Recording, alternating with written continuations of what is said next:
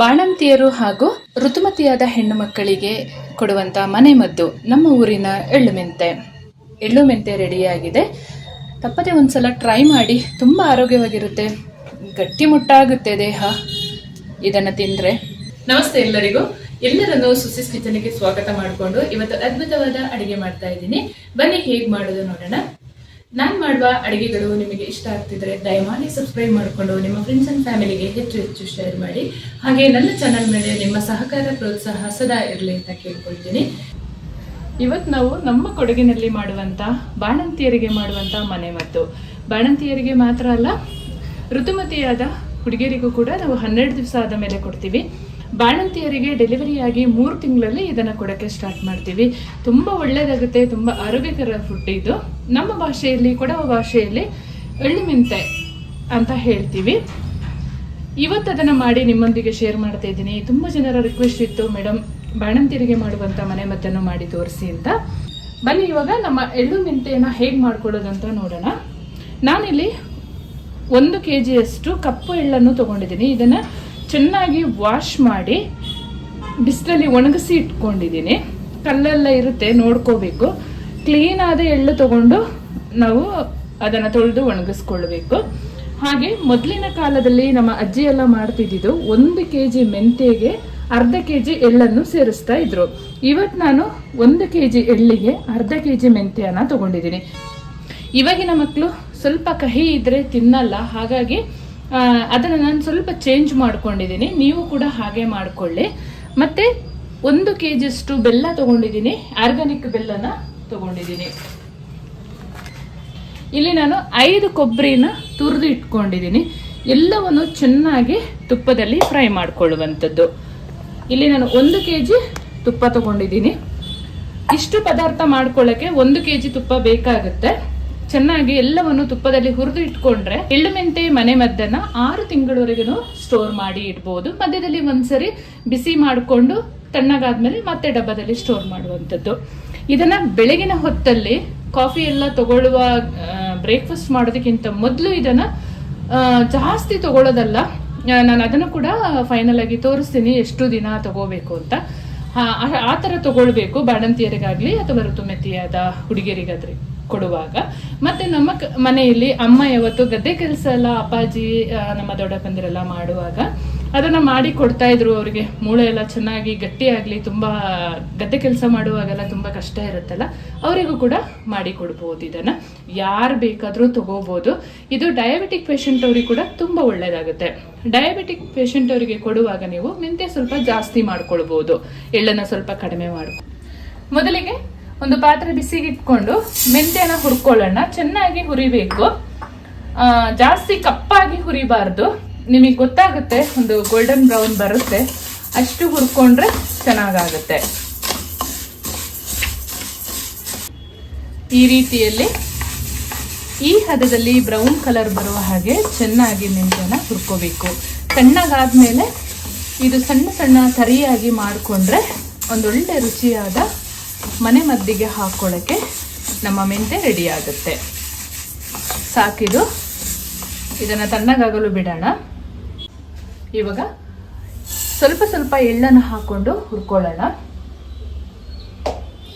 ಎಳ್ಳು ಬೇಗ ಹುರಿಬಹುದು, ಮೆಂತೆ ಅಷ್ಟು ಲೇಟ್ ಆಗಲ್ಲ.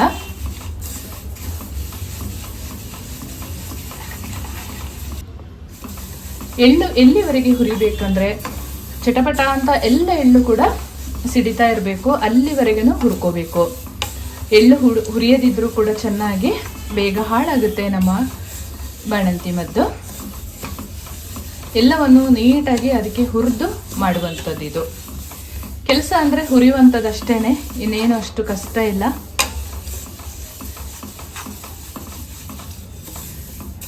ಸ್ವಲ್ಪ ತಿಂದರೂ ಕೂಡ ಬೆಳಗಿನ ಬ್ರೇಕ್ಫಾಸ್ಟ್ ಎಲ್ಲ ಆಗೋಗುತ್ತೆ, ಅಷ್ಟು ಹೊಟ್ಟೆ ಗಟ್ಟಿ ಇರುತ್ತೆ ಇದು.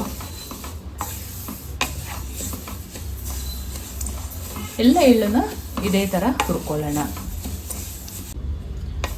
ನಮ್ಮ ಎಳ್ಳು ಈ ಹದದಲ್ಲಿ ಫ್ರೈ ಆಗುವಾಗ ತಣ್ಣಗಾಗಲು ಬಿಡೋಣ. ಮೆಂತ್ಯ ಮತ್ತು ಎಳ್ಳು ಹುರ್ಕೊಂಡಿದ್ದಾಗಿದೆ, ತಣ್ಣಗಾಗಲು ಬಿಟ್ಟಿದ್ದೀನಿ. ಇವಾಗ ಕೊಬ್ಬರಿ ತುರಿ ಹಾಕ್ಕೊಂಡು ಹುರ್ಕೊಳ್ಳೋಣ. ನೀವು ಹಸಿ ಕಾಯಿ ತುರಿ ಹಾಕಿ ಕೂಡ ಮಾಡ್ಕೋಬಹುದು, ಆದರೆ ಹುರಿಯುವಾಗ ಮಾತ್ರ ತುಂಬ ಚೆನ್ನಾಗಿ ಹುರ್ಕೋಬೇಕು. ಜಾಸ್ತಿ ಮಾಡುವಾಗ ಕಡಿಮೆ ಕ್ವಾಂಟಿಟಿ ಮಾಡೋದಾದ್ರೆ ಏನು ಪರವಾಗಿಲ್ಲ, ಸ್ವಲ್ಪ ಹೊತ್ತು ಹುರ್ಕೊಂಡು ಆಮೇಲೆ ಹಾಕಿದ್ರೆ ಆಯಿತು. ನಾನು ಮಾಡುವ ಅಡಿಗೆ ನೀವು ಟ್ರೈ ಮಾಡಿ, ಇಷ್ಟ ಆದಲ್ಲಿ ಕಮೆಂಟ್ ಮಾಡೋದನ್ನು ಮರಿಬೇಡಿ ಆಯಿತಾ. ನೀವು ಕೇಳಿದ ಅಡುಗೆಯನ್ನು ನಾನು ಸಾಧ್ಯವಾದಷ್ಟು ಮಾಡಲಿಕ್ಕೆ ಟ್ರೈ ಮಾಡ್ತೀನಿ. ತುಂಬ ಜನರು ನಮ್ಮ ಕೊಡಗಿನ ಫುಡ್ಡನ್ನು ಮಾಡಿ ಅಪ್ಲೋಡ್ ಮಾಡಿ ಅಂತ ಕೇಳ್ತಾರೆ. ಆಲ್ಮೋಸ್ಟ್ ಎಲ್ಲವನ್ನು ನನ್ನ ಚಾನಲಲ್ಲಿ ಮಾಡಿ ಅಪ್ಲೋಡ್ ಮಾಡಿದ್ದೀನಿ. ನೀವು ಅಡುಗೆನ ಹೋಗಿ ಚೆಕ್ ಮಾಡಿಕೊಂಡು ಒಂದ್ಸರಿ ಟ್ರೈ ಮಾಡ್ಬೋದು.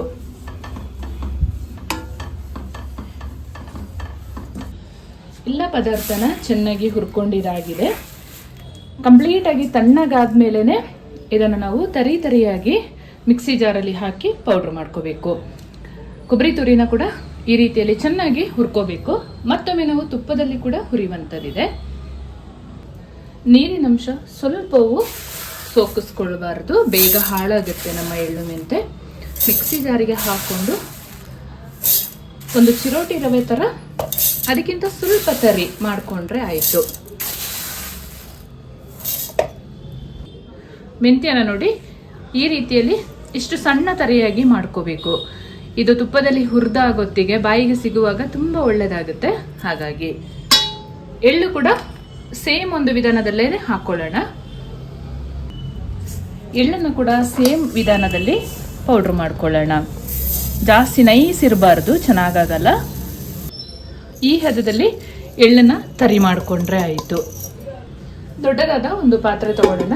ತುಪ್ಪದಲ್ಲಿ ಎಲ್ಲವನ್ನು ಹುರಿದು ಹಾಕೊಳ್ಬೇಕಲ್ಲ, ಮಿಕ್ಸ್ ಮಾಡ್ಕೊಳ್ಳೋಕ್ಕೆಲ್ಲ ಈಸಿ ಆಗುತ್ತೆ. ಹಾಗಾಗಿ ದೊಡ್ಡ ಪಾತ್ರೆ, ಅಗಲವಾದ ಪಾತ್ರೆನ ಇಟ್ಕೊಳ್ಳೋಣ. ಒಂದು ಪಾತ್ರೆನ ಬಿಸಿಗೆ ಇಟ್ಕೊಂಡು ದೊಡ್ಡ ಚಮಚದಲ್ಲಿ 1 ಚಮಚದಷ್ಟು ತುಪ್ಪ ಹಾಕೊಳ್ಳೋಣ. ತುಪ್ಪ ಬಿಸಿ ಆಗಲಿ. ತುಪ್ಪ ಬಿಸಿ ಆಗ್ತಿದ್ದ ಹಾಗೆ ಮೆಂತೆ ಪೌಡ್ರನ್ನ ಸೇರಿಸ್ಕೊಳ್ಳೋಣ. ಇದೊಂದು 15 ನಿಮಿಷ ಆದರೂ ನಿಧಾನ ಉರಿಯಲ್ಲಿ ಫ್ರೈ ಮಾಡ್ಕೋಬೇಕು. ಒಂದೊಳ್ಳೆ ಪರಿಮಳ ಬರುತ್ತೆ. ಅಲ್ಲಿವರೆಗೂ ಇದನ್ನು ತುಪ್ಪದಲ್ಲಿ ಫ್ರೈ ಮಾಡ್ತಾನೆ ಇರಬೇಕು.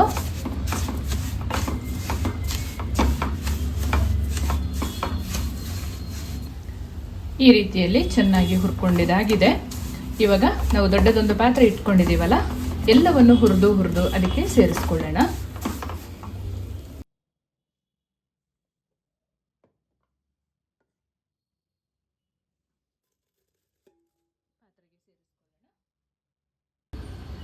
ಸೇಮ್ ಪಾತ್ರೆಗೆ ಮತ್ತೆ 1 ಚಮಚದಷ್ಟು ತುಪ್ಪ ಸೇರಿಸ್ಕೊಳ್ಳೋಣ. ತುಪ್ಪ ಬಿಸಿ ಆದ್ಮೇಲೆ ಎಳ್ಳು ಹುರಿಯೋಣ. ತುಪ್ಪ ಬಿಸಿಯಾಗಿದೆ. ಎಳ್ಳು ಪುಡಿ ಹಾಕೊಳ್ಳೋಣ. ಎಳ್ಳನ್ನು ಸ್ವಲ್ಪ ಅರ್ಧ ಹಾಕಿ ಹುರ್ಕೊಳ್ಬೇಕು. ಎಳ್ಳು ಜಾಸ್ತಿ ಇದೆ ಅಲ್ಲ, ಹಾಗಾಗಿ ನಾನು 2 ಭಾಗ ಮಾಡಿ ಎಳ್ಳನ್ನು ಹುರ್ಕೊಳ್ತೀನಿ. ಎಳ್ಳು ಪುಡಿ ಕೂಡ ತುಪ್ಪನ ಚೆನ್ನಾಗಿ ಅಬ್ಸರ್ವ್ ಮಾಡ್ಕೋಬೇಕು.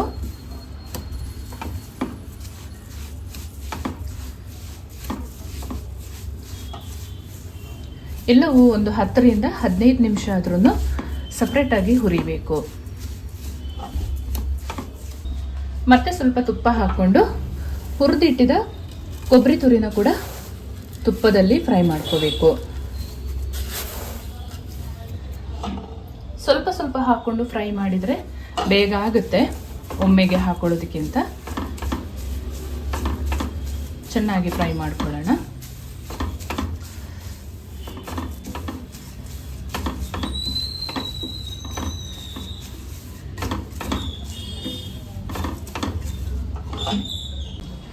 ಎಲ್ಲವನ್ನು ಹುರ್ಕೊಂಡಿದ್ದಾಗಿದೆ, ಪಾತ್ರೆಗೆ ಸೇರಿಸ್ಕೊಂಡಿದ್ದಾಗಿದೆ.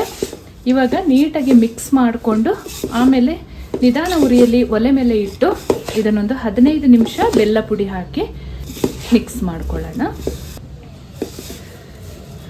ಋತುಮತಿ ಆದವರಿಗೆ ಹಾಗೂ ಬಾಣಂತಿಗೆ ಕೊಡಲಿಕ್ಕೆ ನಮ್ಮ ಮನೆ ಮದ್ದು ನೋಡಿ ಈ ರೀತಿಯಲ್ಲಿ ರೆಡಿ ಆಗ್ತಾ ಇದೆ. ಒಮ್ಮೆ ಟ್ರೈ ಮಾಡಿ ನೀವು, ತುಂಬ ಒಳ್ಳೆಯದಾಗುತ್ತೆ. ಇದು ಡಯಾಬಿಟಿಕ್ ಪೇಷಂಟ್ ಅವರು ಕೂಡ ತಗೋಬಹುದು. ಆದರೆ ಮೆಂತೆ ಸ್ವಲ್ಪ ನಾನು ಹೇಳಿದ ಕ್ವಾಂಟಿಟಿಗಿಂತ ಸ್ವಲ್ಪ ಜಾಸ್ತಿ ತಗೋಬಹುದು. ಎಲ್ಲವೂ ಮಿಕ್ಸ್ ಆಗಿದೆ. ಇವಾಗ ಬೆಲ್ಲ ಪುಡಿ ಹಾಕೊಳ್ಳೋಣ. 1 kg ಬೆಲ್ಲ ಪುಡಿನ ಸೇರಿಸ್ಕೊಳ್ತೀನಿ. ಚೆನ್ನಾಗಿ ಮಿಕ್ಸ್ ಮಾಡ್ಕೊಳ್ಳೋಣ.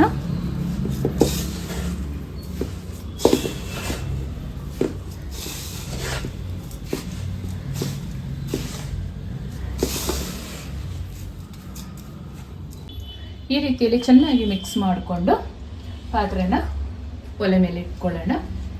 ಸ್ವಲ್ಪ ಮಧ್ಯದಲ್ಲಿ ಸರಿಸ್ಕೊಂಡು ತುಪ್ಪ ಹಾಕ್ಕೊಳ್ಳೋಣ.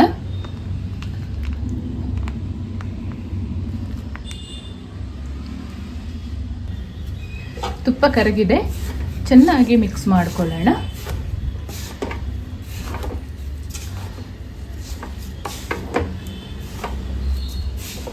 ಒಂದು 10 ರಿಂದ 15 ನಿಮಿಷ ನಿಧಾನ ಉರಿಯಲ್ಲಿ ಮಿಕ್ಸ್ ಮಾಡ್ಕೊಳ್ಬೇಕು. ನಾನು ಅವಾಗಲೇ ಹೇಳಿದಾಗೆ ಗಾಳಿ ಸೇರದ ಡಬ್ಬದಲ್ಲಿ ನೀವು ತುಂಬಿಸಿಟ್ರೆ 6 ತಿಂಗಳವರೆಗೂ ಹಾಳಾಗದ. ಮಧ್ಯದಲ್ಲಿ ಒಂದು ಸ್ವಲ್ಪ ಏನಾದರೂ ಒಂದು ಸ್ವಲ್ಪ ಸ್ಮೆಲ್ ಬಂತು, ತುಪ್ಪ ಎಲ್ಲ ಒಂದ್ಸರಿ ಕೊಬ್ಬರಿ ಎಲ್ಲ ಹಾಕಿರೋದಕ್ಕೆ ಸ್ವಲ್ಪ ಸ್ಮೆಲ್ ಬರುವಂಥ ಚಾನ್ಸಸ್ ಇರುತ್ತೆ ಗಾಳಿ ಸೇರಿದರೆ. ಆವಾಗ ನೀವು ಮಧ್ಯದಲ್ಲಿ ಒಂದ್ಸರಿ ಬಿಸಿ ಮಾಡಿಕೊಂಡು ತಣ್ಣಗೆ ಮಾಡಿ ಆಮೇಲಿಂದ ಡಬ್ಬದಲ್ಲಿ ಸ್ಟೋರ್ ಮಾಡ್ಕೊಳ್ಳಿ, ಜಾಸ್ತಿ ಮಾಡಿದರೆ ಮಾತ್ರ. ಎಳ್ಳು ಮೆಂತೆ ನೋಡಿ, ಈ ಕ್ವಾಂಟಿಟಿಯಲ್ಲಿ ತಗೊಂಡ್ರೆ ಸಾಕಾಗುತ್ತೆ. ಇಂಥದೊಂದು ಬೌಲಲ್ಲಿ ಒಂದು ತಗೊಂಡ್ರೆ ಸಾಕು. ಸ್ಪೂನ್ ಅಳತೆಯಲ್ಲಿ ಹೇಳೋದಾದ್ರೆ 5 ರಿಂದ 6 ಟೀ ಸ್ಪೂನ್ ಅಷ್ಟು ಇರುತ್ತೆ. ಇದು ಬೆಳಗಿನ ಹೊತ್ತಲ್ಲಿ ತಗೊಂಡ್ರೆ ತುಂಬ ಒಳ್ಳೆಯದು. ಕಾಫಿ ಟೀ ಕುಡಿಯುವ ಮೊದಲು ಈ ಎಳ್ಳು ಮೆಂತೆನ ತಗೊಂಡು ಟೇಸ್ಟ್ ಮಾಡಬೇಕು, ಆರೋಗ್ಯಕ್ಕೆ ತುಂಬ ಒಳ್ಳೆಯದಾಗುತ್ತೆ. ಟೇಸ್ಟ್ ಮಾಡ್ಕೊಳ್ಳೋಣ.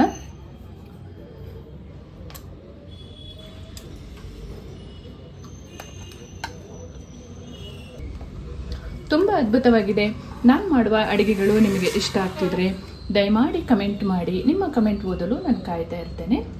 ಹಾಗೆ ಸಬ್ಸ್ಕ್ರೈಬ್ ಮಾಡೋದನ್ನು ಮರಿಬೇಡಿ. ನಿಮ್ಮ ಫ್ರೆಂಡ್ಸ್ ಆ್ಯಂಡ್ ಫ್ಯಾಮಿಲಿಗೆ ಹೆಚ್ಚು ಹೆಚ್ಚು ಶೇರ್ ಮಾಡೋದನ್ನು ಮರಿಬೇಡಿ.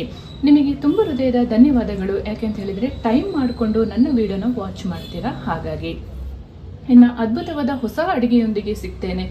ಅಲ್ಲಿವರೆಗೂ ಧನ್ಯವಾದಗಳು. Thank you so much.